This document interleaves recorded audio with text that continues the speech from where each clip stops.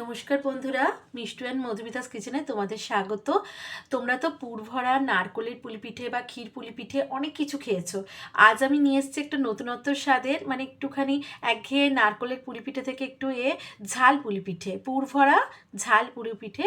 এটা তুমি একবার টেস্ট করলে কচরি সিঙ্গারা ফেলে খাবে, কারণ এটা খুব হেলদি রেসিপি, যেহেতু কোনো তেল ব্যবহার হচ্ছে না, এবং সফট কী করে হয় সেটাও দেখিয়েছি এই পুলি পিঠে রেসিপিতে।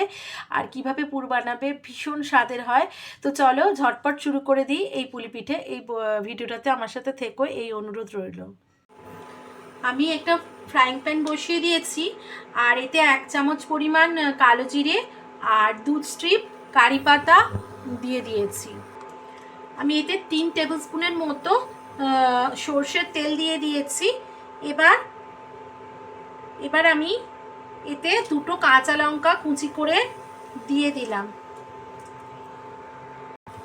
1 ইঞ্চির মতো আদা কুড়িয়ে বা গ্রেট করে দিয়ে দিলাম, বা কুচি করে দিয়ে এটা একটু তেলের সাথে নেড়ে নেব।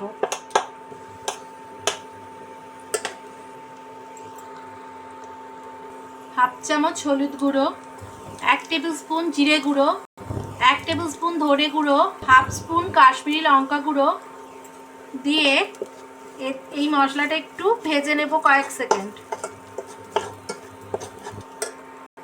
ঠিক এই সময় 1 বাটি কড়াইশুঁটি দিয়ে দেব, আর একটা বড় ফুলকপি এরকম করে ছোট ছোট করে কেটে নিয়েছি, অর্ধেকের বেশি ছিল, সেটা আমি দিয়ে দেব। মশলাটা ভাজা গন্ধ হওয়ার পর আমি কড়াইশুঁটি দিয়েছি আর এই ফুলকপিটা দিয়ে দিয়েছি ছোট করে কুচি করে। এই পুরটা খুব সুন্দর হয়, তোমরা বানিয়ে দেখো একবার বন্ধুরা। পরিমাণ মতো নুন দেব, টেস্ট ব্যালেন্সের জন্য 1 চামচ চিনি দিলাম, দিয়ে খুব ভালো করে এটা নাড়বো। মিনিট খানেক একটু ভাজা ভাজা করে নেব। মিনিট খানেক পর হাফ স্পুনের মতো হিং আর হাফ স্পুন গরম মশলা গুঁড়ো দেব, দিয়ে ভালো করে নেড়ে নেব। নিয়ে একটা ঢাকা দিয়ে মিনিট 5 লো টেম্পারেচারে, লো সিমে রান্না করব। ফিরে এলাম 7 মিনিট পর। 5 মিনিট বাদে একবার নেড়ে নিয়েছিলাম, দেখলাম তখনও একটু সেদ্ধ হওয়া বাকি, তাই এই সময় আমি 1 মুঠো ধনে পাতা কুচি দিয়ে দেব, আর 1 চামচ চাট মশলা দিয়ে দেব, দিয়ে খুব ভালো করে মিশিয়ে নিয়ে মিনিট 5 এটা আমি ঢাকা দিয়ে রাখবো। আমাদের মশলা দেওয়া পুরটা একদম রেডি। আমি একটা পাত্রে 2 কাপ পরিমাণে, এই মেজারমেন্টের 2 কাপ জল আমি বসিয়ে দিয়েছি। এবার একটু নুন দিয়ে দেব, দিয়ে জলের মধ্যে মিশিয়ে দেব, দিয়ে এটা ফুটে ওঠার অপেক্ষা করব ঢাকা দিয়ে। টকবকে ফুটে উঠেছে মিনিট খানেকের মধ্যেই। এবার আমি নারকোল বাটা দেব,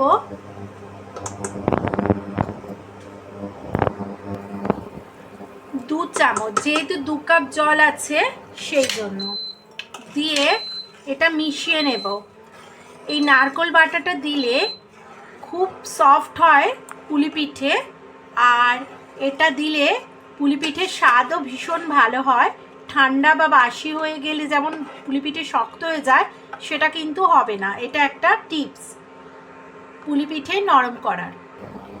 ঠিক এই সময় আমি 1 কাপ এই দই দিয়ে আমি এটা খুব হালকা করে নেড়ে নেব, আর আঁচটা সিমে করে দেব।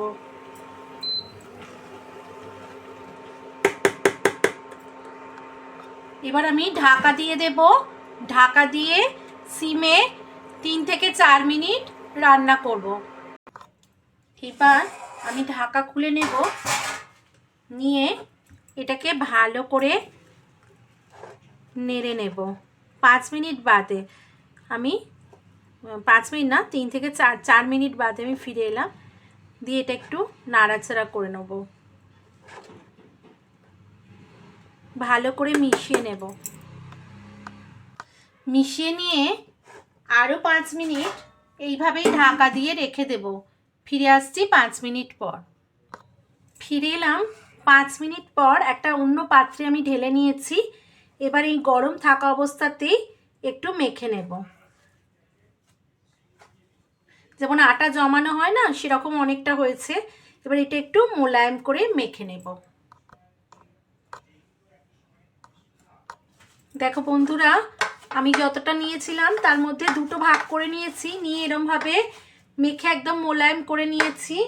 আরও একটা দেখো, এই যে এটাও মোলায়েম করে নিয়েছি, এটার মতো রোল করে নিচ্ছি। একটু এ করলেই কিন্তু এটা একদম পারফেক্ট তৈরি হয়ে যায়। জলের পরিমাণটা তোমরা জেনে নিলে তাহলে। এবার এটা আমরা ঢাকা দিয়ে রেখে দেব। এবার আমি কয়েকটা এরম গোল গোল করে নিয়েছি, বাদ বাকিগুলো কিন্তু আমি ঢাকা দিয়ে রেখেছি, কারণ জুড়িয়ে গেলে ওটা ভালো গড়তে, মানে ভালো গড়ার জন্য একটু ঢাকা দিয়ে গড়লে ভালো হয়। যে যেরম সাইজের বানাবে সে অনুযায়ী পিঠের লেচি করে নেবে। আমি কিছুটা মশলা পুর নিয়ে নিয়েছি, আর আমি এইভাবে গোল করে এক একটা না করে আমি অনেকগুলো একসাথে করলে আমার এটা সুবিধে মনে হয়। তোমরা এইভাবে করে দেখতে পারো, যদি এটা সুবিধে মনে হয় তাহলে এভাবে করবে, আমার এটাতে সময় কম লাগে মনে হয়। তো আমি একটা পিঠের কিন্তু আমি গড়ে ফেলেছি অলরেডি, দেখো বাটির মতো করে। আমি আর একটাও দেখিয়ে দেবো কিভাবে করছি, কথা বলতে বলতে করে ফেলেছি। এইভাবে একটা বাটির মতো শেপ করলাম। যত পাতলা হবে এই বাটির খোলটা তত সুন্দর হয় পিঠে। এবার এর মধ্যে অল্প করে পুর ভরলাম।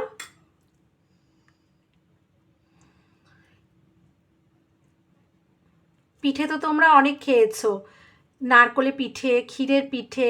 একবার এইভাবে বানিয়ে খেয়ে দেখো। কচুরি সিঙ্গারা বাদ দিয়ে খাবে, কচুরি সিঙ্গারা তো তেলে ভাজা, তো তাই দিয়ে তো তোমরা অনেক কারক জিনিস আছে, কিন্তু এটা খেলে মুখ যেমন ছাড়বে নারকোলে পিঠে খাওয়ার পর, দারুণ লাগে আমার। আমি এটা বানাই, আরও একরকমভাবে বানাই। তোমরা যদি আমার সাথে সাথ দাও, যদি কমেন্ট করো, আমি সেই পুরটাও শিখিয়ে দেব তোমাদেরকে। তো আমার একটা পিঠে রেডি হয়ে গেল দেখো বন্ধুরা।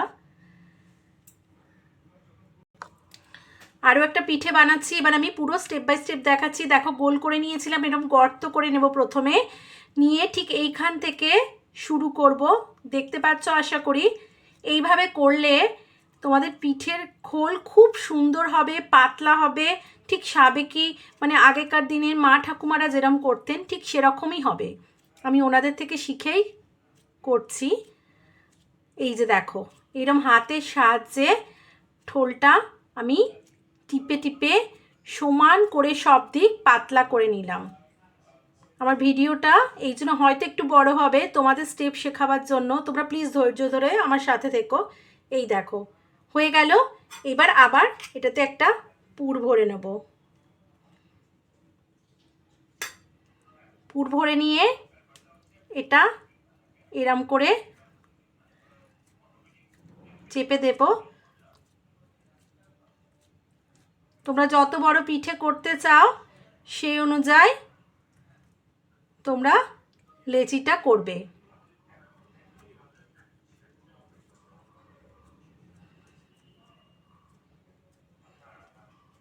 এই দেখো আরও একটা পিঠে রেডি হয়ে গেল। এইভাবেই আমি করে নেব। আমার সমস্ত মানে মশলা দেওয়া পিঠে বা ঝাল পিঠে যাই বলো, এটা কিন্তু আমার সমস্ত রেডি হয়ে গেছে। এবার গরম জলের ওপর ভাপে বসাবো। একটা পাত্র জল বসিয়ে দিয়ে ঢাকা দিয়ে দিয়েছে, ফুটে উঠলে আমরা পরের স্টেপে যাব। তো জল ফুটে উঠেছে, আর আমি এই জায়গাটাতে একটু তেল ব্রাশ করে দিয়েছি, অনেক সময় আটকে যায় সেই জন্য। এবার আমি এই তরকারি পিঠেগুলো, মানে ঝাল পিঠে বা মশলা পিঠে যাই বলো, সেই পিঠেগুলো সাজিয়ে দেবো এক এক করে। তো আমি পিঠেগুলো সাজিয়ে দিয়েছি। এবার আমি ঢাকা দিয়ে দেব এবং ফিরে আসছি। 20 মিনিট বয়েল হবে। ফিরে আসছি 20 মিনিট পর। ফিরে এলাম 20 মিনিট পর। এগুলো বয়েল হয়ে গেছে। এবার আমি একটা জায়গায় সার্ভ করে নেব। বন্ধুরা, আমি সার্ভ করে দিয়েছি। তো তৈরি হয়ে গেল আমাদের মশলা পুলি পিঠে বা যা বলো, পুর দেওয়া পুলি পিঠে মশলা। এই পুলি পিঠে কিন্তু তোমরা কচুরি সিঙ্গারা ছেড়ে খেতে ভালো লাগে, এত টেস্টি হয় আর হেলদিও। তো বন্ধুরা, এতক্ষণ ভিডিওটাতে আমার সাথে থাকার জন্য ধন্যবাদ। আবার হাজির হয়ে যাবো নতুন কোনো রেসিপি নিয়ে। ততক্ষণের জন্য টাটা। তোমরা ভালো থেকো, সুস্থ থেকো।